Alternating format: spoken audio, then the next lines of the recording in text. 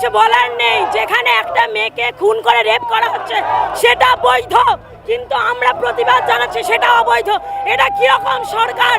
যদি আপনারা ন্যায় না দিতে পারেন, বিচার না দিতে পারেন, তাহলে গদি ছাড়ুন। সেই গদিতে বসার কোনো অধিকার আপনার নেই। সাধারণ মানুষ বিচার চাই, আর এই বিচার আমরা নিয়েই ছাড়বো।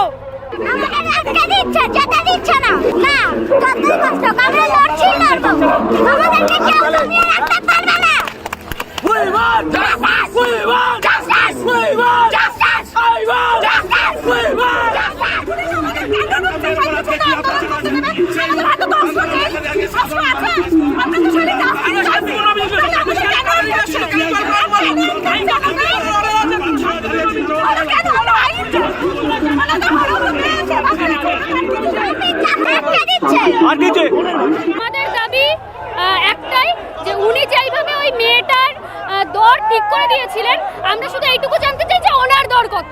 আর একটাই আমাদের কথা, ভাই পুলিশ মন্ত্রী হোক, স্বাস্থ্যমন্ত্রী হোক, আমার তাদের পদত্যাগ চাই। আমাদের তাদের পদত্যাগ চাই চাই চাই, ইমিডিয়েটলি চাই, আর্জেন্টলি চাই। আর যদি তা না দিতে পারে তাহলে আমাদের সামনে এসে কথা বলুক। 14 তলার উপরে কথা কিসের?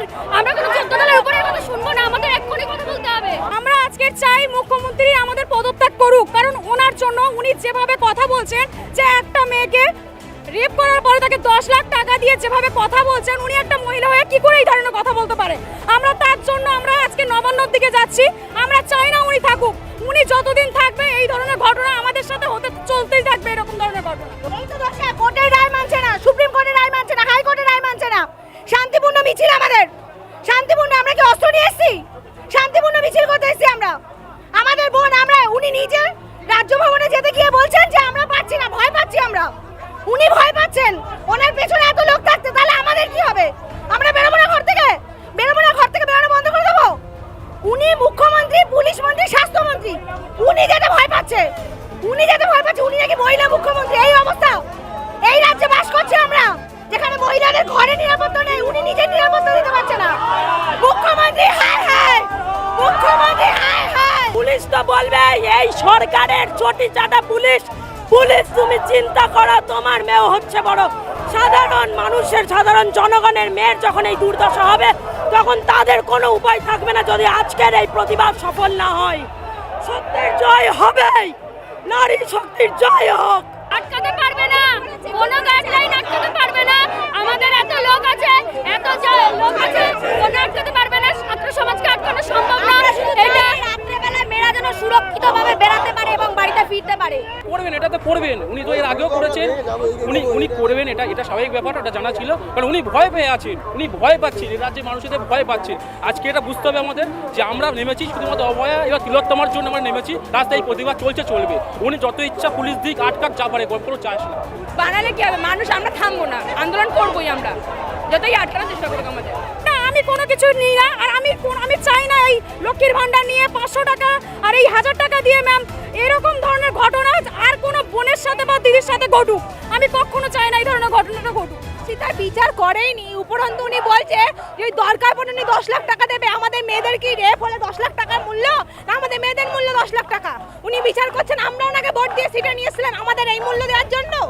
আমরা মেয়ে হয়ে কোনো বিচার পাচ্ছি না এখানে, যেখানে একজন মুখ্যমন্ত্রী মহিলা। উনি সরকারের থেকে উনি প্রতিবাদ করছেন, তাহলে কি বলতে ইচ্ছে করে বলুন দেখি?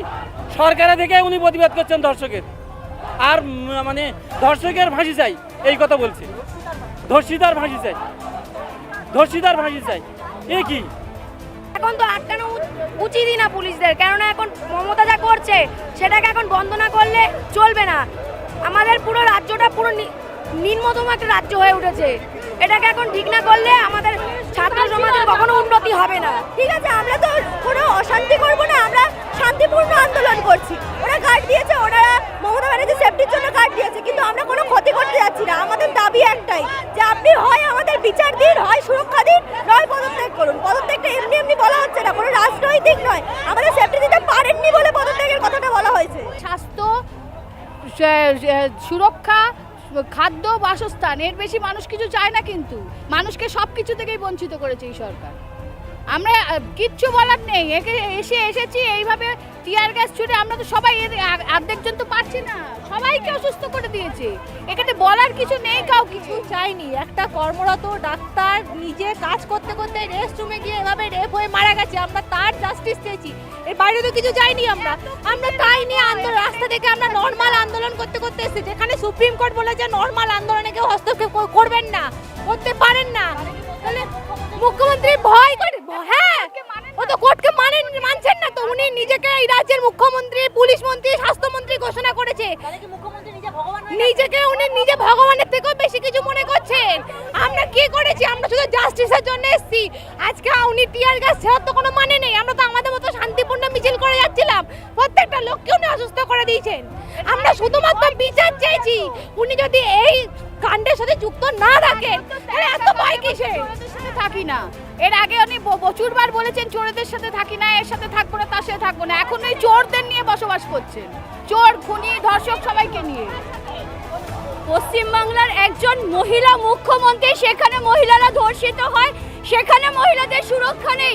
আজ যখন আমরা এসেছিলাম সেই সময় পুলিশ ওখান থেকে অ্যানাউন্সমেন্ট করছিল যে আপনারা প্রতিবাদ মিছিল করবেন, আমরা কিছু করব না।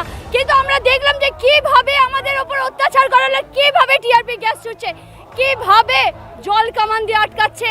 কিসের ভয়? এই বাংলার মুখ্যমন্ত্রী বাংলার মানুষ এনেছিল, সেই বাংলার মানুষ, মহিলারা আজ নির্যাতিত হচ্ছে, তার প্রতিবাদে গোটা পশ্চিমবঙ্গ নয় ভারতবর্ষ রাস্তায় নেমেছে। মাননীয়ার এতটা ভয় যে তাদের সাথে একবার কথা বলবে বা তাদের সেই প্রতিবাদটাকে সমর্থন করবে, সেই ক্ষমতা মাননীয়ার নেই। কারণ এই দুষ্কৃতীদের সাথে মাননীয়া জড়িত। যেভাবে আরজি করের ঘটনাটাকে লোপাট করা হচ্ছে সমস্ত প্রমাণ, তার সাথে দাবি জানাচ্ছি এই বাংলার মুখ্যমন্ত্রী সেই নির্মম মমতা জড়িত আছে। তাই আমরা দাবি জানাচ্ছি এই মমতার অবিলম্বে পদত্যাগ চাই। আমি অসুস্থ হয়ে রাস্তায় গড়াগড়ি খাচ্ছি, কিন্তু পুলিশ সেখানে কোনো রকমের সাহায্য করছে না, কোনো রকম ব্যবস্থা নয়। আমি, আমার বন্ধু, আমরা শিক্ষক, আমরা ছাত্রদের সমর্থনে এসেছি, আমরা রাস্তায় গড়াগড়ি খেয়ে মারা যাচ্ছিলাম, কিন্তু কোনো রকমের সাহায্যে কেউ হাত বাড়িয়ে দেয়নি। ধিক্কার জানাচ্ছি এই প্রশাসনকে, ধিক্কার জানাচ্ছি আজকের এই মুখ্যমন্ত্রীর কার্যকলাপকে। সবাইকে মেরে ফেলতে চাইছে, আমাদের এই লড়াই থামবে না, আমাদের লড়াই আরো বাড়বে। মুখ্যমন্ত্রী চাইছে সবাইকে মেরে ফেলতে, ছাত্রদের উপর গুলি চালাচ্ছে, ছাত্রদের উপর টিয়ার গ্যাস দিচ্ছে, আমাদের এত কষ্ট হচ্ছে, শ্বাসকষ্ট হচ্ছে। আমাদের এই আন্দোলন কিছুতেই থামবে না, আরো জোরদার হবে, আরো জোর হবে আমাদের এই আন্দোলন। আমরা শিয়ালদা থেকে এসেছি, শান্তিপূর্ণভাবে সুন্দরভাবে মিছিল করে এসেছি। আমি জানি না পশ্চিমবঙ্গের গণতান্ত্রিক আন্দোলনে এত সুন্দরভাবে কোনো আন্দোলন হয়েছে কিনা, ভবিষ্যতে হবে কিনা জানি না। বিগত বছরগুলিতে আমরা এত সুন্দর আন্দোলন দেখিনি, অথচ বর্বর পুলিশ এবং অপদার্থ পুলিশ মন্ত্রী, মুখ্যমন্ত্রী যেভাবে আমাদের সঙ্গে, ছাত্র সমাজের সঙ্গে ব্যবহার করলো, ধিক্কার জানাই। ধিক্কার জানার ভাষা আমরা আজকে হারিয়ে ফেলেছি। দুর্গ বললেও কম বলা হয়, দুর্গ থেকেও এ তো মনে হয় পলাশির যুদ্ধের যে ব্যারিকেড, যে সৈন্য সামন্ত দিয়ে ইংরেজরা যেভাবে ঘিরে রেখেছিল, আজকে হেস্টিংসের সামনে, আমাদের নবান্নের সামনে এসে সেই পুনরাবৃত্তি ঘটছে। এর ফল মুখ্যমন্ত্রী পাবে, এর ফল জনগণ দেবে। আমরা দাবি করছি এই মুখ্যমন্ত্রীর পদত্যাগ।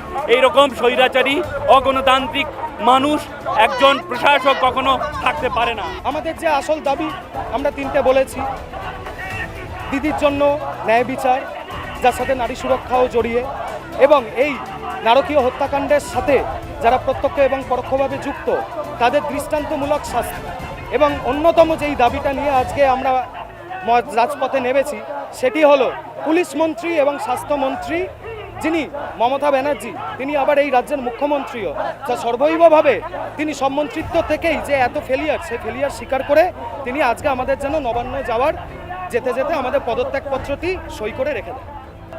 হয়তো বহুদিন আগেই পেয়ে গেছে, যেদিন এই মিছিলকে বন্ধ করার জন্য 8-10 দিন আগে সুপ্রিম কোর্টে গেছে মমতা ব্যানার্জি। এত ভয় কিসে? আমরা তো খালি ব্যাগ, পাতলা জামা পরে এসেছি, ব্যাগে কি আছে? বই খাতা আছে। তাহলে আজকে এত ভয় কিসের হচ্ছে? উনি জানে উনি কি করছেন, উনি অন্যায় করেছেন। উনি সন্দীপ ঘোষকে, উনি চাইছে যে সন্দীপ ঘোষ যেন ওনার নাম না বলে, উনি ভয় পাচ্ছেন, তাই এত ভয়। দেখুন, নিরস্ত্র একদম শান্তিপূর্ণভাবে ছাত্ররা যে এগিয়ে আসছে, এটাই হচ্ছে পুলিশ প্রশাসনের সবথেকে বড় ভয়। তার কারণ ছাত্ররা এবং যুবরা, এদের যৌবন অনেকটা বেশি, এবং যা আক্রোশ আমাদের এই জনমানসের মধ্যে হয়েছে, সেই জনমানসের জন্য ওই গার্ডরেল দরকার ছিল। কিন্তু আমি আপনাকে গ্যারেন্টি দিয়ে বলতে পারি ওই গার্ডরেল কিন্তু ছাত্ররা টপকে নবান্নের দিকে চলে যায়। না, এটা আমি বলতে পারবো না এটা কোনো রাজনৈতিক চক্রান্ত আছে, এটা সম্পূর্ণভাবে ছাত্র আন্দোলন। সব জায়গা থেকে ছাত্র এখানে এসেছি, আমাদের একটাই দাবি আপনাকে পদত্যাগ করতে হবে, আর একটাই দাবি আমার যে দিদির এই অপমানটা হয়েছে বা এত কিছু হয়েছে তার পুরোপুরি সম্পূর্ণ জাস্টিসটা দেওয়া। একদমই না, আমাদের বয়স দেখে মনে হচ্ছে এটা বেআইনি। আমাদের এখনো 18 বছরও ঠিকঠাক হয়নি, সেখানে আমরা ছাত্র সমাজ থেকে এসেছি। নিশ্চয়ই এটা অরাজনৈতিক। এবারে পুলিশকে সেটা বুঝতে হবে, ওদের আমাদের পাশে দাঁড়াতে হবে। ওদেরও বাড়িতে মেয়ে আছে, ওদেরও বাড়িতে বউ আছে, তাদের সাথে এটা হবে না তার কোনো গ্যারান্টি আছে? কেউ গ্যারান্টি দিতে পারবে যে তাদের বাড়ির লোকেদের সাথে এরকম হবে না, আমাদের সাথে এরকম হবে না তার কোনো গ্যারান্টি আছে? ওনারা কি আমাদের সুরক্ষা দিতে পেরেছে? পারেনি। যদি সুরক্ষা দিতে পারতো এত মেয়ে রেপ হতো না। আমাদের দেশে 15 মিনিটে একটা করে মেয়ে রেপ হয়, এটা একদমই উচিত নয়। আমরা সুরক্ষা চাই, আমরা চাই আমরা যাতে সুরক্ষাটা পাই। যে উনি হাত নাড়তে পাচ্ছেন, কিন্তু যারা ওনাকে ভোট দিয়ে মুখ্যমন্ত্রী বানিয়েছে তাদের সম্মুখীন হওয়ার সাহসটুকু নেই। এইখান থেকেই পরিষ্কার হয়ে যাচ্ছে যে মমতা বন্দ্যোপাধ্যায় ভয় পেয়েছে, মমতা বন্দ্যোপাধ্যায়ের পুলিশ কমিশনার বিনীত গোয়েল ভয় পেয়েছে, মমতা বন্দ্যোপাধ্যায়ের মুখ্য উপদেষ্টা আলাপন বন্দ্যোপাধ্যায় ভয় পেয়েছে, মনোজ বর্মা ভয় পেয়েছে, ইন্দিরা মুখার্জি ভয় পেয়েছে, এবং এখান থেকেই পরিষ্কার হয়ে যাচ্ছে আগামী দিন আরো বৃহত্তর